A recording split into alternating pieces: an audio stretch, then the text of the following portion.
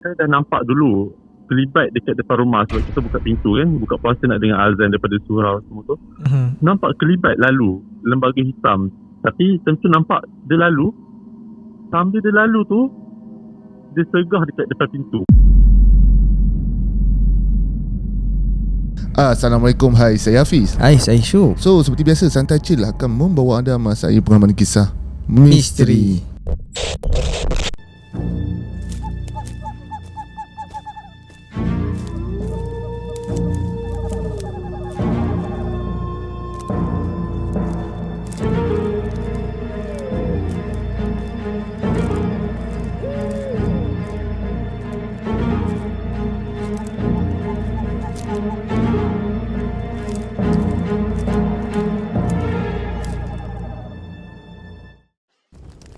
Bismillahirrahmanirrahim. Wa qur rabbi a'udzu bika min hamazatis syayatin wa a'udzu bika rabbi an yahdurun. Dan katakanlah, wahai Tuhanku, aku berlindung kepadamu dari hasutan syaitan-syaitan, dan aku berlindung kepadamu, wahai Tuhanku, supaya syaitan-syaitan itu tidak menghampiri. Okay guys, hari ni ada caller baru. Dan sebelum tu kita pernah tengok video pasal minyak dagu. Dan hari ni juga pasal minyak dagu juga. Oh, minyak dagu lagi Oh, okay. Jadi kita akan dengarkan cerita mungkin versi yang lain daripada yang hari tu. Tapi sebelum tu jangan lupa like, share dan subscribe. Yang mana dah subscribe, thank you so much. Dan kepada korang yang mana belum follow kita orang punya social media, boleh follow kami rapat-rapat. Dan kepada korang yang mana terfikir nak berkongsi di platform Santai Chill dan terfikir macam mana caranya, boleh tekan link WhatsApp di bawah dan bagi tahu korang ada cerita seram nak kongsi dengan kami. Cuma kena tunggu sikit. Sebabnya kami ada queue yang sangat panjang. Okey. Okay, baik. Macam korang tahu, kita ada caller baru. Jadi kita biasa kita akan perkenalkan caller kita dulu. Assalamualaikum. Okey, waalaikumsalam. Hafiz dan Syuk. Boleh perkenalkan diri dulu. Okey, nama diberi Kuzan. Nama sebenar aku Azizan. Jadi ini untuk nama samaran sahaja. Umur 27, berasal di Ipoh Perak dan sekarang menetap di Kajang, Selangor lah. Jadi saya ada beberapa kisah yang saya rasa ada pengajaran untuk diceritakan sebab ini melibatkan tentang keluarga dan tentang orang baru yang kita kenal yang tak sepatutnya kita kenal. Baik. Suara bass macam orang kata suara malam seram. Nama kita panggil apa tadi? Kuzan Kuzan sahaja. Kuzan. Dia ingat aku cerita daripada Ku dan Azizan. Oh, Ku dan Azizan. Okey. Sebab aku teringat cerita anime. Muzan. Okey, okey. Tadi dengar kan ayat tu nama diberi kan, selalunya orang budak universiti pakai kan. Ni macam fesi kan. Pernah jadi fesi ke? Kita bekas MC lah, orang kata MC untuk event. Tadi nama diberi. Alright. Okey, baik. So Kuzan, tadi Hafiz ada mention tentang minyak dagu. Kan. So macam mana ceritanya tentang minyak dagu tu? Okey, sebenarnya saya ada sediakan 3 kisah yang besar. Maksudnya 3 kisah yang agak panjang dan yang ringkas tu ada beberapa kisah lah. Jadi saya asingkan dulu. Jadi untuk sekarang saya nak kongsi untuk minyak dagu yang mana terjadi dalam keluarga saya sendiri. Saya yang merawat dan yang terkena tu adalah kakak sulung saya. Sebelum dia berkahwin satu lagi. Dan selepas dia bercerai dengan suami dia yang pertama. Tapi ni tak ada kaitan dengan bekas suami dia. Cuma semasa dia orang panggil lepas edah lah, dia boleh keluar rumah, dia boleh start business, start bekerja. Jadi dia ada kenal seorang lelaki ni dalam satu app. Dan memang niat dia untuk berkenalan, untuk berkahwin lah. Jadi dalam masa sama dia cuba untuk pursue ke arah business. Tapi benda tu turn out jadi beberapa kes lah, melibatkan polis, melibatkan duit dan masalah yang lain lah. Saya cerita dasar dia dulu. Okey, niat lelaki itu sebenarnya untuk scam wanita yang berkejaya. Dia menggunakan minyak dagu untuk pukau wanita yang berduit dan untuk dapatkan loan ataupun dapatkan duit. Maksudnya ini modus operandi dia lah. Dan kebetulan ayah saya polis, seorang pegawai polis di Ipoh Perak. Nama tempat tadi disebut lah. Benda ni agak sensitif, private sikit. Okay. Ya. Jadi kita cuba untuk check dia punya data apa semua je lah sebelum masuk ke keluarga kan. Ayah pula polis, ayah akan check dulu. Kebetulan dia memang ada case untuk scam orang. Jadi kita cubalah tanya kakak macam mana pekerjaan dia, di mana dia tinggal, nama sebenar dia. Tapi kakak masih dalam keadaan angau. Yang di mana setiap kali lelaki tu hantar dekat rumah, kakak tak kisah, tak kira masa. Time tu puasa sebenarnya. Okay. Waktu tengah hari ke, waktu petang ke, waktu malam ke, lepas berbuka hantar balik rumah ke, kakak dalam rumah keadaan dia sangat angau. Sangat macam, kita kenal kakak kita macam dia seorang yang garang, independen apa semua. Tapi bila dengan lelaki ni, okay, kita nampak dia macam lebih clingy, lebih manja. Dia macam cakap dengan kita, cakap dengan mak ayah, macam rindulah dia ni, rindulah. Okay lah, kita macam okay tak apalah, mungkin dia baru lepas bercerai dengan suami pertama, jadi mungkin inilah dia jumpa dia punya soulmate. Kita fikir ke arah kebaikan dulu lah, kita husnuzon dulu. Tapi selepas beberapa hari masih dalam tempoh berpuasa, saya rasa tu minggu kedua berpuasa tu silap. Ini sebelum PKP dalam 2019, awal 19 tu, masa bulan puasa. Masih awal lagi lah. Kes ni boleh dikira segar dalam ingatan kami lah dalam family. Okey, jadi masa kakak dah start angau tu, okey, kita macam pelik.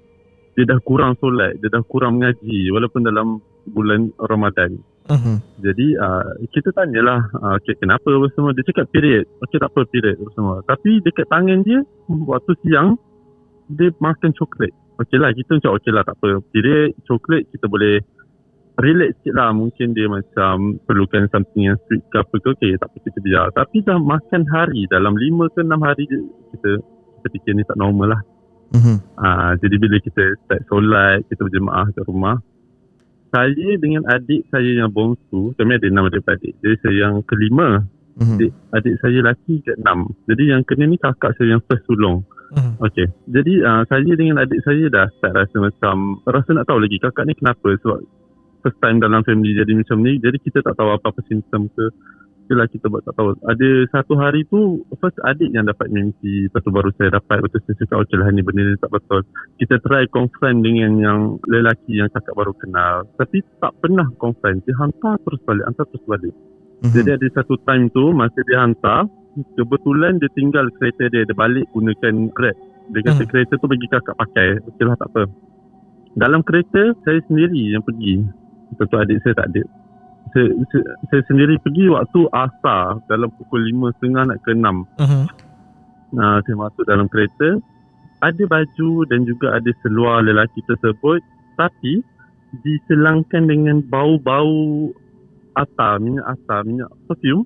Okay. Tapi saya pelik, dekat situ saya dah pelik. Saya macam, bila kakak boleh selesa dengan bau laki, kalau tak kakak dah start pening apa semua kan. Macam okey lah, saya tak fikir minyak dagu ke, saya tak fikir apa. Okey, saya try ambil baju, saya try ambil kasut. Apa yang saya dengan family saya buat, kita cuba bakar. Ni orang panggil berani mati lah. Memang ini kita perlukan jawapan.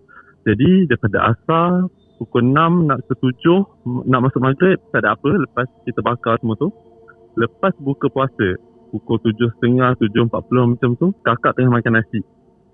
Ya, kami makan ramai-ramai.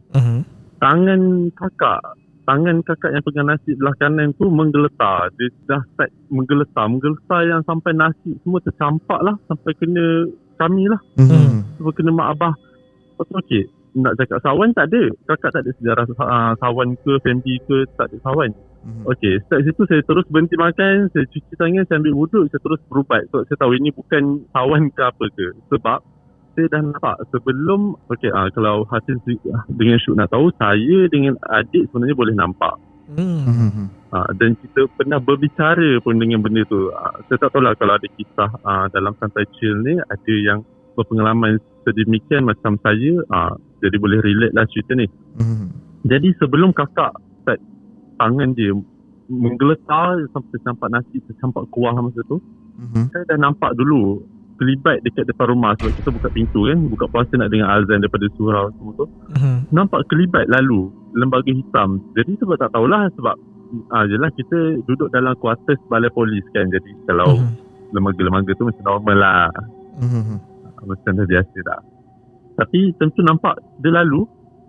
Sambil dia lalu tu dia sergah dekat depan pintu. Maksudnya dia nak try sergah kakak, tapi kakak bukan sejenis yang nampak. Tapi dia sergah, dia terus masuk. Dia terus masuk ke dalam rumah. Jadi saya terkejut. Tu yang saya bangun, saya basuh tangan, saya ambil wuduk, saya dah start lindung badan, saya cuba berubat. Okey. Apa yang dihantar ada 5 ekor, 5 jenis yang dihantar. Satu adalah penunggu daripada minyak tersebut. Yang diberi nama Puteri Kinabalu. Puteri Kinabalu. Ya, sebab dia ambil minyak tu daripada Sabah. Jadi memang asal usul jin tersebut dia tinggal di Gunung Kinabalu.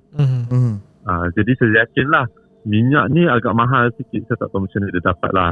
Sebab saya tak confirm dengan tuan dia kan. Okey, kedua yang masuk adalah Sukma. Kalau Hafiz dengan Syuk tahu, dalam kerasukan ni kita ada Sukma lah. Sukma di mana tuan tersebut yang datang dekat kita tapi bukan dalam keadaan dia yang sedar. Maksudnya dia ada satu lagi alam lain untuk pergi ke rumah orang tu ke, dia nak jenguk ke sebelum dia hantar santau ke macam tu. Jadi ini adalah Sukma. Sukma kedua. Ketiga, kalau Syuk dengan Hafiz tadi dengar saya cakap pasal coklat. Okey, coklat tu adalah coklat Cadbury yang diberi masa bulan puasa. Cadbury tu pun ada penunggu.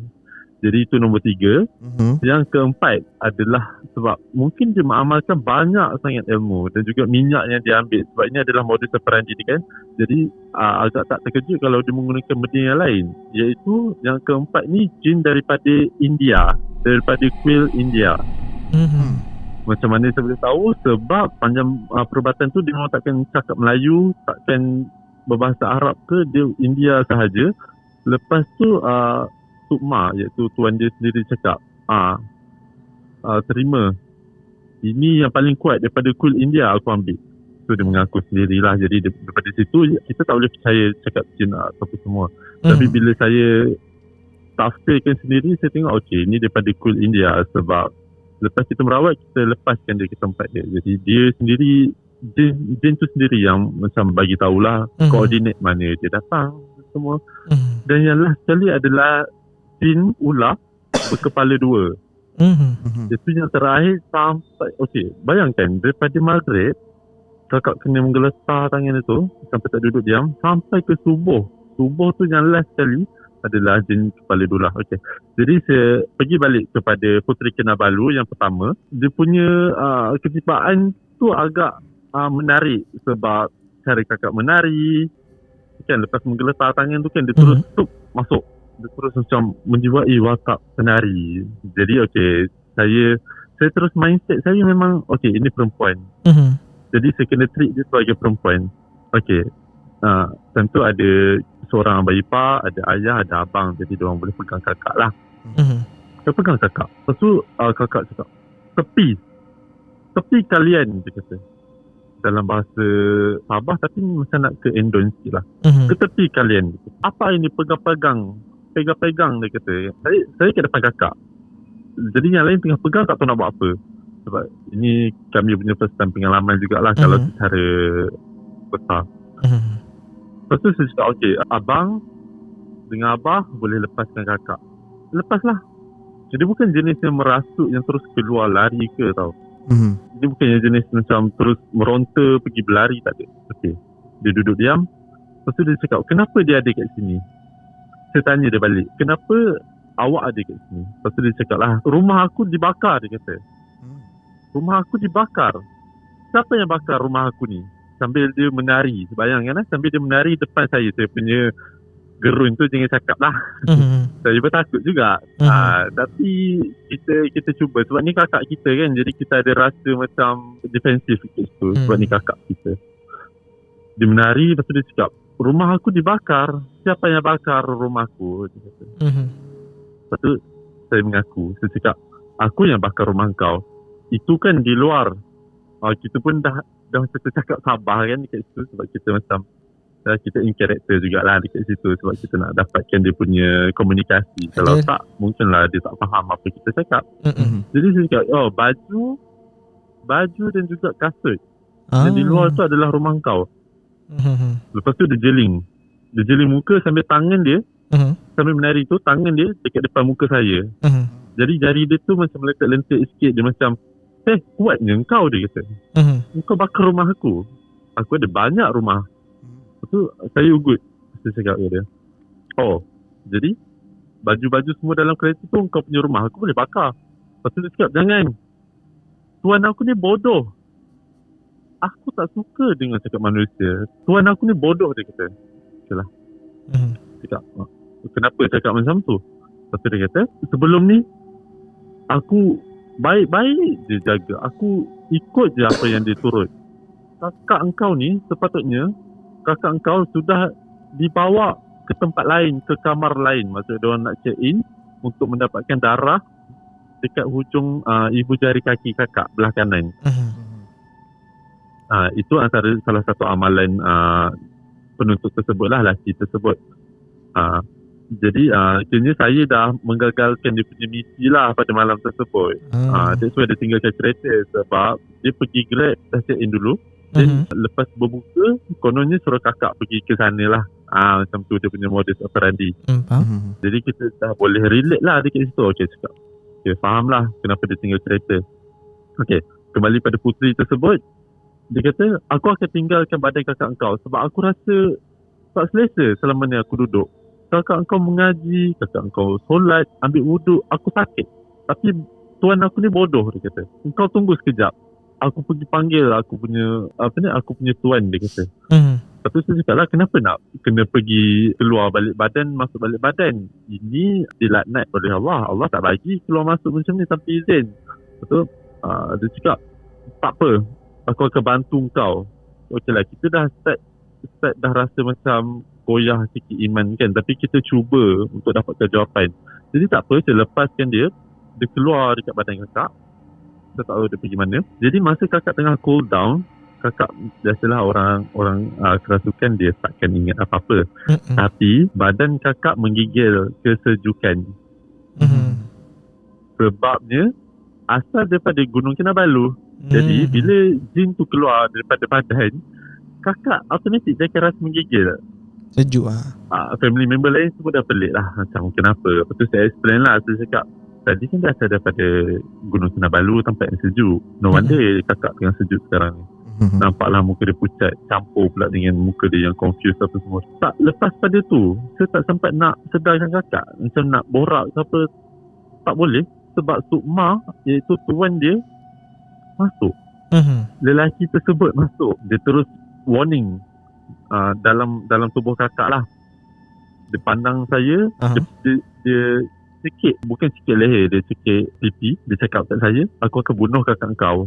Kalau bukan malam ni, aku akan bunuh dia secepat yang mungkin, dia kata. Lepas tu saya sabar dia, saya cakap, kalau engkau boleh matikan kakak aku, matikan sekarang. Lepas tu dia dah start macam keruan, dia macam, aku tak boleh, dia cakap.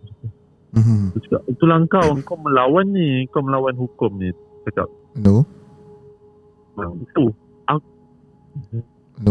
Hello?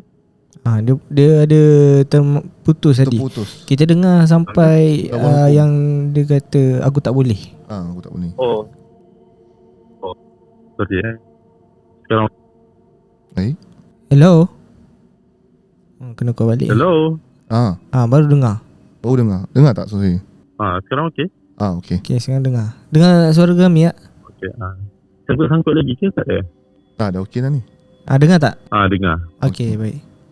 Hafiz dengar? Okey. Dia tak boleh nak bunuh sebab nak cakap sebab tu dia mesti mati tau. Terus dia kata sebab. Try and call balik lah. Sekarang jelas. Dia bila nak cerita pasal sebab tu je, dia akan mati, dia hilang terus. Okey, sebab saya ada juga perasaan yang tak selesa kat sini. Tapi tak tahu pula sampai mengganggu audio.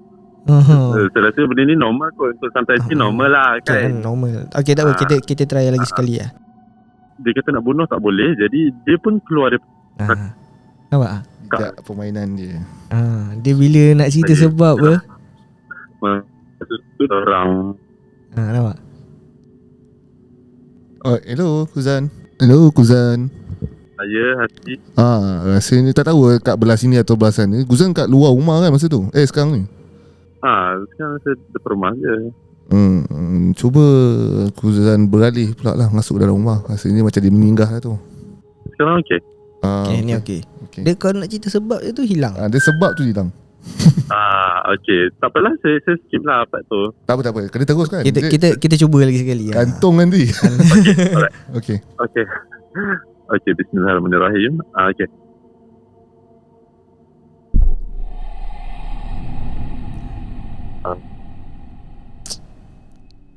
Betul ni. Okey. Kuzan. Tak boleh. Tak boleh Kuzan. Dan Hello. Hello.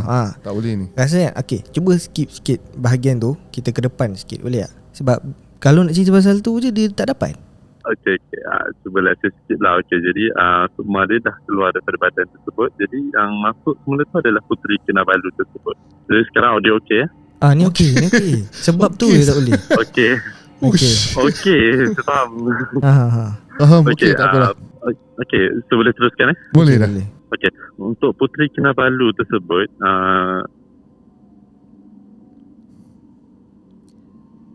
dah senang cerita, dia tak bagi dah cerita ni sebenarnya. Itulah pasal. Dah dekat habis dah ni sebenarnya guys. Dah dekat setengah jam dah ni. Kau panih. Aduh, stresnya. Ya Allah. Kita minta dia buka cerita baru. Kita try lah. Kita try sekali lagi guys. Try minta buka cerita baru ke nak suruh sambung lagi, masalah. Hello Kuzan. hello, Assalamualaikum. Ya. Macam tak tahulah. Nak tak rasa nak bagi. kata dalam studio ni kami rasa so far saya tak ada apa lagi kat studio ni. Tak tahu dah datang kat sebelah sana ke. Bunyi Kita try call nombor satu lagi lah. Saya call nombor lain tak? Kejap. dia punya cantik audio awal tu. Awal cantik je Itulah tau. pasal.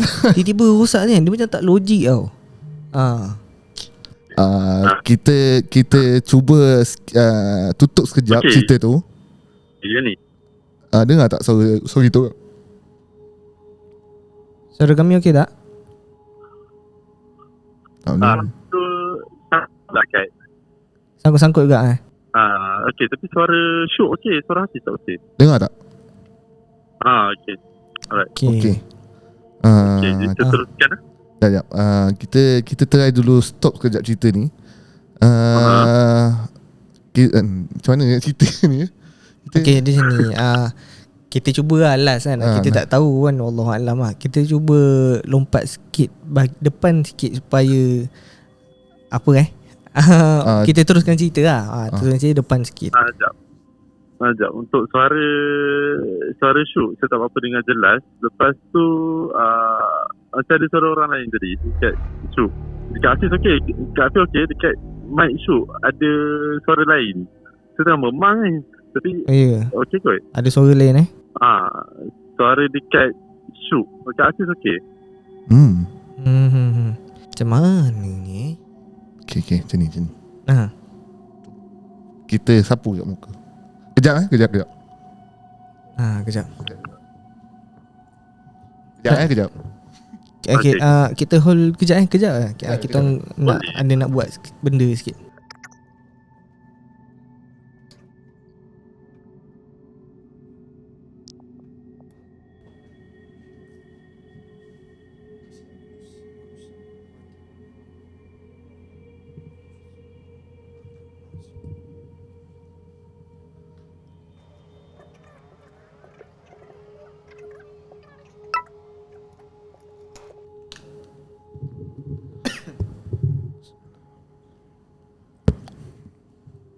Hello.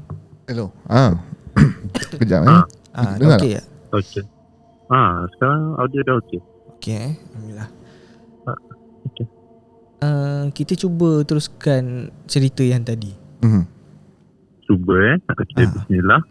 Okey, jadi selepas Sukma tu keluar, jadi yang masuk semula tu adalah Puteri Kinabalu.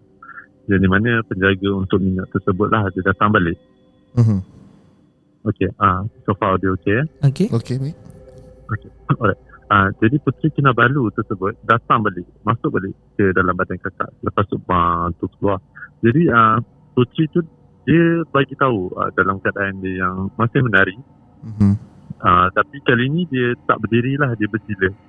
Okey, jadi apa yang dia bagi tahu, dia cakap aku dah settlekan, aku dah pukul tuan aku. Sebab kalau Syuk dengan Hafiz nak tahu, kalau minat lagu kita ada perjanjian. Jadi perjanjian tu melibatkan antara jantina. Kalau yang pemakai tu lelaki, benda tu adalah betina ataupun perempuan lah. Jadi kantoi yang part yang saya bakar semua tu dan dia muncul di depan saya dan badan kakak, itu pun dah dikira putus janjian tersebut lah. Jadi memang jin tu ada hak lah untuk pergi pukul ke, pergi buat secara batin, ke fizikal tapi batin. Okay. Jadi dia datang balik untuk hantar report lah dekat saya kiranya. Dia bagi tahu, tuan aku dah pukul. Aku dah mendera batin dia macam tu. Lepas tu dia yang berterima kasih. Dia cakap terima kasih sebab dah cuba leraikan perjanjian ni. Dia memang tak nak. Mungkinlah ada orang ketiga macam Tok Bomoh ke apa yang pergi dekat kaki ni untuk diamalkan.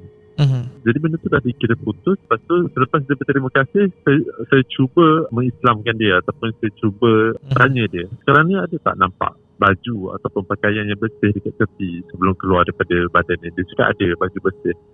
Saya minta dia tukar. Cakap, boleh tak awak tukar? Saya cakap, lepas tu dia cakap boleh. Lepas tu nampaklah cara dia memakai tu secara fizikal tu nampak. Batin kita tak nampak. Okay. Jadi nampaklah dia macam pakai baju sambil senyum. Dia tengok saya, dia tengok family member semua. Dia cakap terima kasih sebab dia dah tak nak dengar cakap manusia. Dia dah sakit duduk dalam badan kakak saya sepanjang beberapa hari puasa. Sebab dia kata kena nyucuk sebab kakak saya ambil wuduk dan semua tu lah. Lepas tu sebelum dia keluar, dia pesan dekat saya. Dia cakap kalau kamu perlukan bantuan aku, panggil saja aku, dia cakap. Tapi kalau kita tak akan ikut lah. Lepas mak saya menyelit dekat sebelah, mak saya cakap tak nak kami tak nak berkaitan dengan jin. Lepas tu nampaklah dia punya agresif tu ada, tapi saya cuba tenangkan mak lah. Dia cakap kita takkan buat. Jadi dengan lafaz bismillah, selamat tinggal, Puteri tu cakap, dan dia keluar. Masa dia keluar tu kita ada buka sedikit tingkap. Dia keluar, kakak masih keadaan menggigil. Saya pun dalam keadaan shock, dalam terkejut sebab dua benda, Sukma dan juga Puteri tu dalam masa yang sama. Jadi badan kita macam penat. Kita kalau berurusan dengan benda-benda ni, masalah semua akan penat lah. Tentu jam dah tunjuk daripada pukul 9 kepada 10.30. Tu baru satu je lah. Jadi yang kedua ni untuk coklat Cadbury. Maaf, yang ketiga Sukma, Puteri dan juga coklat Cadbury lah. Pak selang beberapa saat, dalam 10 ke 15 saat Puteri tu keluar, coklat tu pula masuk ke dalam. Dia bukan nak kata masuk, dia memang ada dalam perut kakak. Dan kakak dapat rasakan ada coklat basi dekat dalam mulut dia ataupun dalam perut dia. Jadi saya ambil satu pen random, saya ambil satu pen, saya datang ustaz saya ada buat macam tu, ada perawat lain buat macam tu. Jadi saya ikut je dengan niat nak membantu kakak. Jadi saya ambil satu pen dengan penutupnya, saya tak buka, pen sahaja. Saya try korek perut kakak. Kita korek macam orang nak operate perut ke atas sampai ke kerongkong. Jadi laluan tersebut, kita fikirkan yang jin dekat coklat tu adalah jin lelaki. Yang di mana dia pegang tangan saya, dia minta tolong, dia kata dia nak keluar daripada perut ni. Dia pun dapat keadaan yang sama, rasa menyucuk macam Puteri tadilah. Dia rasa tak selesa dalam perut tu. Dia cakap dah start rasa sakit. Dia pegang tangan saya, belah kiri, belah tangan saya menggores perut kakak. Saya cakap okey, mana yang rasa terikat? Dia kata dekat sini. Okay, saya cuba dengan lafaz bismillahirrahmanirrahim, bismillah. Saya baca, alhamdulillah dah boleh keluar dalam keadaan baring. Dia try keadaan bersila ataupun try duduk dalam posisi orang nak muntah. Jadi 14 kali dekat bahagian kerongkong dengan mulut. Kerongkong tu agak lama saya bersihkan supaya ada laluan, sebab kita nak korek balik coklat basi tu keluar. Jadi lepas pada kerongkong tu ada part mulut pula. Mulut kakak terbuka macam biasa secara fizikal, tapi batinnya tidak. Dia macam ada, ini apa yang saya gambarkan lah untuk asosiasi dengan shoot. Dekat mulut tu macam ada jaring-jaring raket badminton. Okay. Jadi dengan menggunakan pen tu akhirnya tak antarilah untuk saya dan juga benda yang family member tak nampak. Jadi saya koyakkan jaring tu, koyak lah. Bismillah, saya pun dah nak start menangis sebab tengok kakak tersection macam tu kan. Jadi saya kawal emosi lah supaya tak effect dekat family member lain, sebab mak dah start nangis, lepas tu ada anak buah menangis macam tu. Jadi kita cuba untuk tidak menangis lah. Jadi lepas korek pada tu memang betul keluar sikit je, tak banyak pun. Padahal yang masa dia makan tu kita tengok dia makan hari-hari. Tapi yang keluar tu sikit je, coklat disusuli dengan buih-buih warna coklat. Nampaklah itu benda yang dah basi. Tak adalah keluar ulat ke rambut, tak ada. Dia sekadar coklat dan juga berbuih. Kita bau muntah tu, bau coklat Cadbury. Kita kenal bau Cadbury kan, semua orang kenal. Jadi dari keluar satu bau tu. Lepas dah keluar tu, dia lepaskan tangan saya, dia cakap terima kasih juga. Jin pun tak nak dengar cakap manusia. Itulah. Jadi saya suruh dia bersihkan mulut apa semua. Saya tanya dia, nak keluar ke tak? Dia cakap memang nak keluar. Dia sakit sangat duduk dalam perut tu. Dia terpaksa duduk kat situ sebab dia kata dia nak makan tak dapat. Apa yang dia dapat adalah darah-darah daripada mangsa-mangsa yang sebelum kakak saya ni. Itu adalah makanan diorang. Sebab ini adalah belaan kan, jadi diorang nak darah perempuan lah. Jadi dia kata memang dia dapat darah, dapat makanan, tapi dia duduk dalam perut terseksa, baik dia tak payah duduk. Jadi dia minta untuk keluar, tapi dia tak tahu nak keluar macam mana. Saya tanya dia masuk macam mana, dia kata masuk melalui coklat ke perut. Okey, saya fikir keluar dekat mulut jugalah. Masuk mulut, keluar mulut. Sebab itu adalah, saya rasa perawat lain kalau ada yang bersetuju, setujulah. Tapi kalau cara saya memang macam itu. Kalau masuk daripada tangan, keluar daripada tangan. Masa putri tu cara keluar dia memang keluar daripada tangan. Sebelum dia ucap selamat tinggal, Assalamualaikum tu memang tangan kakak menggeletar. Jadi kita tahu dia masuk dan keluar menggunakan tangan kanan. Yang ini menggunakan mulut.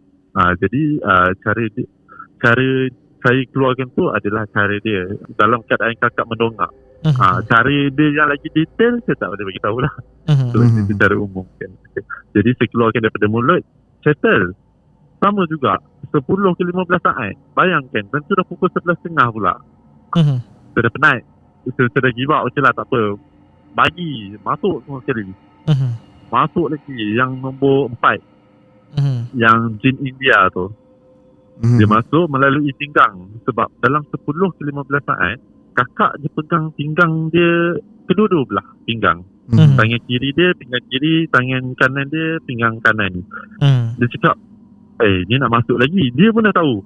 Cakap, dah nampak dah ni. Masuk je lah, cakap lain. Saya pun dah tarik lengan dah. Saya dah tarik keplekat saya dah. So macam, tak apa ni. Terus dia cakap bahasa India. Aduh. Wana. Jenisnya macam tak duduk diam. Hyper. Dia dia berguling-guling ke, dia roaming ke kat ruang tamu tu dia. Tapi tingkat dengan kita saya minta bapak dengan abang saya jaga lah. Dia pusing-pusing kat situ. Lepas tu dia duduk dalam keadaan nak menyerang tapi bersimpuh.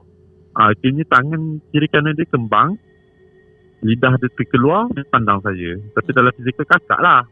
Tapi kalau secara batin kita nampak itu adalah jin yang agak berminyak ataupun berkulit gelap. Kita nampak dekat situ. Jadi saya cuba tutup saya punya batin tu supaya saya nampak kakak tu saja. Kalau tak memang saya tak boleh buat apa-apa lah. Dalam keadaan dia yang macam tu. Jadi saya cuba untuk kawal penglihatan. Saya minta dekat Allah supaya tutup sekejap. Saya nak tengok kakak saja. Saya buka mata saya balik, nampak kakak saya tapi keadaan yang memang kusut. Pekat. Lepas ada bekas-bekas coklat dekat mulut dia. Saya cakap okey, tak apa. Saya boleh handle sebab tu kakak saya. Lepas tu dia semakin ke depan. Sambil tu dia bersila. Tangan kiri dia letak dekat lutut kiri. Tangan kanan dia letak dekat lutut kanan. dalam keadaan orang tengah bertapa. Kalau Syukna Hafiz tahulah yang dia kepitkan jari tu. Jari telunjuk dengan ibu jari tu. Lepas tu dia start macam berzikir, dia macam menggoyang-goyangkan badan dia semua tu. Bayangkan dalam 11.30 tak ada apa kat rumah, tak ada bau apa, keluar satu bau kemenyan. Satu rumah bau. Dengan cara macam tu je. Sebab kalau kita ada pergi kuil, diorang ada buat sembahyang diorang ataupun ada upacara yang pakai kemenyan dalam mangkuk tu. Jadi sebab kita pun ada kawan beragama Hindu juga, kita tahu macam mana culture diorang sembahyang. Sebiji kiranya dua-dua belah tangan tu ada kemenyan. Memang satu rumah bau. Lepas tu family member dah macam bau apa ni? Bau apa? Tak apa, jangan tegur, teruskan bacaan. Minta diorang untuk backup lah. So, tentu adik memang tak balik lagi. Call apa tak angkat. Jadi saya macam okeylah, reda lah, saya lah cuba buat. Apa yang jadi lepas tu, satu rumah bau kemenyan. Saya cuba ambil tangan kiri dengan kanan kakak tu, letak ke belakang. Macam kita kena tahan polis. Kita letak ke belakang. Jadi dia marah, dia meronta, dia macam macam tu. Dia tanya, dia macam tanya mana mangkuk tu, macam tu. Sebab saya dah simpan kat belakang. Saya buat perlahan je, saya macam baca bismillah. Saya pergi ke belakang dia, dia tengah berzikir, macam tu goyang-goyang badan dia. Saya ambil tangan kakak saya dengan lafaz bismillah, saya letak dekat belakang. Saya ambil belah kanan, saya letak belakang. Lepas tu tiba-tiba dia sedar, dia menjerit. Dia jerit kuat sangat. Dia jerit macam tu. Yang bingit gila. Lepas tu saya dah macam lah, saya nak keluarkan, saya fikir macam mana. Sebab kemenyan tu dah tak ada bau. Lepas saya simpan tangan kakak saya tu, kemenyan dah tak ada bau. Tapi cara nak keluar saya fikir macam mana. Lepas tu saya fikir kakak saya ada pegang pinggang tadi yang untuk 10 ke 15 saat. Jadi apa yang saya buat, saya lepaskan balik tangan. Lepas saya lepaskan tangan kakak, sebab saya nak pegang pinggang kedua-dua belah pinggang kakak saya. Jadi tangan dia masih dalam posisi yang dia nak menyeru bau kemenyan tu balik. Saya biarkan, tak apa, sebab saya nak keluarkan dia. Jadi saya pun ada dua tangan, dia pun ada dua tangan, macam masing-masing berlawan sekarang ni. Lepas tu saya cucuk pinggang kakak saya ada baca surah, saya ada baca doa. Setekan sikit je, dia dah menjerit. Memang menjerit sampai dia hilang suara. Dia jerit dengan satu hujung-hujung dia ada macam ada bunyi macam macam tu, macam orang tengah mengerang. Jadi kakak saya pun dah rebah. Saya cek balik dekat kawasan rumah apa semua, tengok okey, dah tak ada rasa aura negatif. Kakak sedar. Dia cakap lapar, dahaga, ada makan tak? So family member nak ambil. Sebab sebelah tu kebetulan ada KFC pula, kita berbuka ada beli KFC kan. Itu macam jangan bagi, cakap dahaga ke apa. Lepas tu kakak saya datang. Masa dia datang kat saya, saya dah tahu tu bukan dia. Dia pegang bahu saya kiri kanan. Kakak dahaga, bagilah kakak minum. Terus saya hedik dia. Saya cakap kakak aku tak macam ni, tak, kau duduk. Lepas tu dia terus duduk. Dia macam dahaga, dia kata. Dahaga, tuan aku mana, dia kata. Tuan aku, dia cakap. Selang pada beberapa saat dia macam tu, saya ambil masa untuk saya ambil balik tenaga saya balik kan. Okay, saya borak dengan dia, apa siapa dia, niat apa, datang dari mana. Dia cakap dia tak nak bagi tahu. Cuma tuan dia ada tinggalkan satu katanya azimat dekat dia. Dia macam out of nowhere, tangan kakak tu macam ada sebiji batu belian. Dia macam sneak peek ataupun dia acah-acah je. Dia buat kat depan muka saya. Dia buka, dia tutup balik. Saya nampak tu belian. Macam okey, engkau siapa? Lepas tu cakap, engkau nak tahu? Akulah ketua dalam ilmu tuan dia kata. Ini bukan yang minyak ke apa ke, ini maksudnya daripada tuan dia terus directly. Rupanya kakak saya lepas tunjuk belian tu, dia buka balik, tangan dia hilang. Mungkinlah Allah nak tunjukkan apa yang saya nampak. Tangan dia dah start melikar dekat lantai sampai dekat dalam bersila. Daripada tangan, bahu, badan, kaki tukar jadi ular. Dia bisa jadi ular malam tu. Tentu dah around 11, 1, lebih kurang 1.5 sebelum ke subuh. Okay. Saya tak tahu nak buat apa. Secara batin memang kita ada nampak bayangan ular kepala 2 mata merah. Itulah itu mata tu daripada belian tersebut. Jadi sepanjang saya berubat tadi tu, ayah saya sebenarnya ada kontak. Dia ada call. Saya perasan je start daripada yang coklat Cadbury tu, ayah saya memang macam ada message ataupun call someone apa semua. Jadi saya mengharap bantuan jugalah, tapi saya tak cakap. Saya macam okay, saya dah penat. Saya biarlah kakak saya melika kat situ, tapi saya jagalah. Saya macam pahatkan paku dia tu supaya dia tak bergerak. Saya pahatkan antara kepala atas dengan dagu bawah.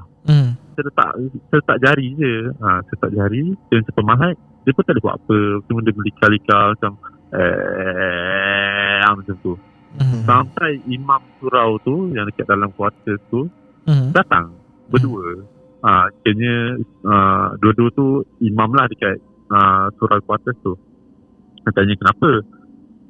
Cakap Ustaz, saya dah tak larat dah. Kamu lagi. Itu nanti saya sambung part lain. Dia cakap kamu lagi. Ya saya Ustaz. Ni kenapa? Salah, ni saya give up. Saya pun dah start lapar dah ni. Saya nak pergi makan, minum semakin roti sikit lah, lepas tu minum air. Ustaz boleh tak cover? Ini ular mata merah kan? Ular. Itu naga lah, ular lah, ini pun ular lagi dia cakap. Nak buat macam mana Ustaz? Ustaz tu macam faham kan. Okay lah, dia dah start buka. Dia buka cara dia semua. Dia baca doa bismillah kami semua. Saya pun ikutlah baca. Lepas tu saya tahu macam mana Ustaz tu settle kan. Sebab time tu saya dah pergi bilik air, bersihkan badan semua tu. Sebab je lah isyak dah ke mana apa semua. Jadi saya pergi bilik, saya solat, dah habis solat apa semua. So saya mengharapkan Ustaz tu settle kan malam tu juga. Tapi sekejap je lah, tak lama. Dalam 1.30 pukul 2.15 lah, 2 suku tu dah settle. Tapi apa yang saya nampak dekat luar tu, kita nampak ada beberapa makhluk lain yang dia attract tau. Dia macam apa jadi dekat rumah ni? Benda tu suka. Benda tu macam nak tahu apa jadinya. Dia macam nak tahu. Tapi yang jenis yang low class lah. Dia macam budak. Dia macam pakcik-pakcik yang macam roh tak tenang ke apa, saya tak tahu. Ataupun mungkin tentera Jepun ke kat situ bekas tapak kuartus tersebut. Macam okey lah, tak apa, saya biarkan. Lepas tu saya duduk, saya borak dengan Ustaz. Ustaz, macam ni kakak? Pergi bersihkan kakak. Okey lah, saya bersihkan kakak lah. Kita ada baca, kita ada mandikan dia semua. Dia dah settle. Ustaz, macam ni ular tu? Pancung je. Dia cakap, pancung je? Ini saya tak tahu. Dia cakap, ini saya tak tahu macam mana Ustaz buat. Tak apalah, Ustaz dah settle. Lepas tu kita borak dan kita tamah rumah. Kita macam pagar semua tu Ustaz lah. Sebab saya tak berapa pandai sangat. Lepas tu yang sampai ke 4.30 ke pukul 5 tu betul-betul subuh. Dah settle dekat bahagian tu, kakak boleh tidur dengan tenang. Alhamdulillah, last 2 years 2019 tahun 2021 dia dah kahwin lah satu lagi. Dan Alhamdulillah dah ada anak dan semakin pulih lah. Cuma kes scam tersebut memang masih berjalan. Sebab lepas pada tu saya ada tweet dan tweet saya tu viral. Dia blow up. Lepas tu ada mangsa yang lain daripada Penang, daripada even student aja lah. Student kan macam main dating apps, lepas tu nak pergi keluar dengan lelaki, pergi dating. Jadi mangsa juga datang dekat tempat saya, dekat rumah, cakap diorang dah kena 15,000, 20,000. Ada yang student tu dalam 5,000 macam tu dalam akaun dia, habis tetap tanpa dia sedar. Tapi kalau saya bagi tahu nama, saya bagi tahu muka, sebab saya dapat kat IG dekat dalam kereta, saya snap siap buat laporan polis semua, saya buat viral. Alhamdulillah ada 3 mangsa yang selamat, yang boleh diselamatkan. Tapi yang lain tu memang tak boleh buat apalah. Dan kakak saya masih berjalan kes dia dan juga hutang dia yang masa lelaki tersebut ada buat satu loan lah. Dia bawa kakak saya pergi bank apa semua ni kami semua tak tahu apa jadi. Tiba-tiba dah nama kakak naik untuk loan tersebut. Berapa banyak sekarang? Kalau kakak dalam 15,000. Okay. Dan hampir-hampir kereta dia kena ambil. Okey, untuk kereta yang ditinggalkan dekat rumah saya pada waktu maghrib tersebut, yang saya dapat baju dan kasut itu, sebenarnya itu kereta daripada masa yang sebelum ni. Jadi mungkinlah ada pendengar santai chill yang boleh berkait ataupun memang dah kenal keluarga saya ni, mungkin boleh relate lah. Ataupun ada modus operandi yang sama, mungkin orang boleh relate lah. Sebab sekarang ni saya rasa dia pun masih buat benda yang sama, tapi mungkin cara yang berbeza lah. Lepas pada raya sebulan 3 minggu macam tu, saya pindah balik ke Kajang. Saya duduk ke Kajang, saya tak rasa apa. Okey je, malam tu saya tidur, Puteri Kinabalu tu datang dalam mimpi saya. Dia sekadar nak tengok. Dia macam duduk atas bumbung, dia tengok saya, dia senyum, saya terjaga. Saya terus call mak saya pukul 3-4 pagi. Kebetulan mak ada bangun kan, jaga cucu. Cakap, mak, ni adik mimpi ada Puteri tu datang balik. Adik tak panggil dia kali ni, tapi dia datang. Satu mak cakap, tak apa, dia datang tengok lah tu. Okey, tu pun dah cukup sedapkan hati. Saya tak nak tahu niat dia apa ke semua. Saya terus tidur balik macam biasa lah. Panjang. Muka panjang cerita dia. Cuma satu benda lah yang aku nak tanya sekali lah. Penyudahan si pelaku tu sebenarnya, apa jadi dekat dia? Adakah dia dah dia dihukum ke, ataupun dia dah disasau ke apa ke? Dan masih lagi kan? Okey, efek dia lah. Efek dia ada dua. Satu, efek untuk fizikal. Kedua, untuk batin. Sesiapa yang pengguna pengamal minyak dagu, ending dia memang kita seksa. Ending dia kita seksa dari segi batin, yang di mana mungkin ini kemungkinan lah, tapi kalau betul-betul jadi kat dia fizikal saya tahu, tapi batin saya tak sure. But person itu ada untuk dia mandul. Okey, dia mandul secara batin, dan kedua dia macam dia nak ambil ilmu tu balik tak boleh. Dia kena ambil ilmu lain. Contoh, dia jadi orang minyak, dia jadi kalau perempuan penanggal ke apa tu saya tak tahu, tapi dia nak back tu minyak balik tak boleh. Itu perjanjian yang kata untuk seorang satu je untuk hidup pakai, tak boleh pakai kali kedua dah. Tapi kalau ada ustaz ada tok bomoh ataupun perawat-perawat yang ilmu hitam ni tolong dia, itu saya tak tahulah. Tapi secara fizikal dia memang sasau dalam beberapa seminggu lepas tu. Sebab malam tu lepas keluar tu kita tahu dia di kawasan mana. Jadi malam tu kita bawa polis, kita bawa ayah semua, dia lain semua jaga kakak yang esok paginya tu kan. Pergi ke hotel, nama dia tak ada kat hotel tu. Sedangkan memang dia check in kat situ. Tapi jumpa tak ada, tak jumpa lah. Tak jumpa. Tapi bilik bersepah. Perantis tu dia kata, kita dah check in dah orang semalam. Tapi hari ni dia tak ada. Nama dia pun tak ada. Nanti kami check semula. Biasalah, diorang kan macam 24 jam lah apa semua. Okay, tak apa, kita biarkan. Tapi kita tahu rumah tu bilik dia bersepah. Sebab niat dia tu memang nak bawa kakak untuk hisap darah dekat hujung kaki tu. Nak bagi cinta makan. So sekarang yang apa saya tahu, dia agak kasau dan dia masih teruskan modus operandi untuk dapatkan duit. Mungkin dia scam orang secara media sosial saja, tapi tak ada berkait dengan cinta tersebut, saya tak tahulah. Tapi memang dia kasau dalam beberapa hari.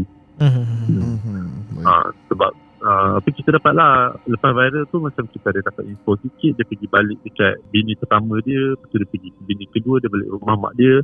Dia duduk je dekat area Perak, kadang-kadang tiba dekat KL, tiba dekat Penang macam tu. Jadi kita tahulah keadaan dia. Memang dia agak tak terurus secara fizikal. Batin dia memang tak boleh ambil benda tu, dan dia kemungkinan mandul. Okay. Hampir sejam cerita kita kali ni. Tapi yang aku terfikir tu lah, macam mana boleh hidup dalam keadaan syirik ni. Betul. Yalah, aku kadang-kadang takut juga cakap, yalah, kita manusia faham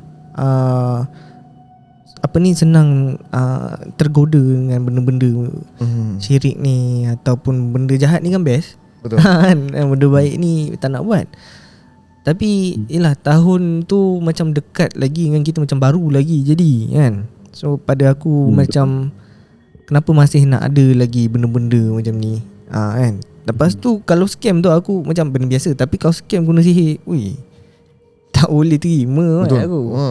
Dan yelah, aku pun terkejut dengan cerita. Dalam satu minyak dagu tu sampai 5 sekali kau hantar tu, kira ini kau berapa banyak yang kau bela semata-mata untuk duit. Dan untuk dalam cerita ni juga aku disclaim jugalah kan, aku faham apa yang disampaikan oleh Kuzan berkenaan dengan yang hantu daripada kuil tu. Maksudnya kat sini kita bukan nak kaitkan bangsa, tak. Benda tu berada di kawasan sekitar kuil lah, bukannya orang India tu, tak. So jangan nanti kau cakap nanti kerang kita desi, tak. Dia tak kisah. Benda tu kat sebelah masjid pun ada, boleh jadi. Dia benda tu orang tahu permainan benda tu kan. Nah, kita ceritakan pengalaman yang sebenar. Jadi Kuzan hanya ceritakan apa yang dilaluinya. Apa pun kita nak terima kasih kepada Kuzan kerana sudi berkongsi cerita yang kita rasa sangat menarik dan sangat eksklusif. Dan kami yakin Kuzan masih ada cerita yang banyak untuk dikongsikan bersama kami. Kan? Andai kata kalau ramai yang minta lagi nak part 2 katanya nanti kan, boleh ke Kuzan? Boleh, insyaAllah. Saya ada sediakan lagi beberapa kisah besar dan juga kisah kecil. Harap korang komen dan clean lah untuk recording kedua tu nanti. Betul. Agak mencabar juga kita punya recording untuk hari ni kan. Okay, korang sini boleh nampak macam mana benda ni mengganggu frekuensi. Kami tak ada berlakon apa. Tak ada buat gini. Tak ada. Okay, baik. Jadi terima kasih lagi sekali kerana meluangkan masa bersama kami Kuzan. Dan terima kasih juga pada para penonton yang mendengar dari awal sampai habis. Jadi jangan lupa like, share dan subscribe yang mana dah subscribe. Thank you so much. Jumpa di next video. Assalamualaikum. Bye-bye.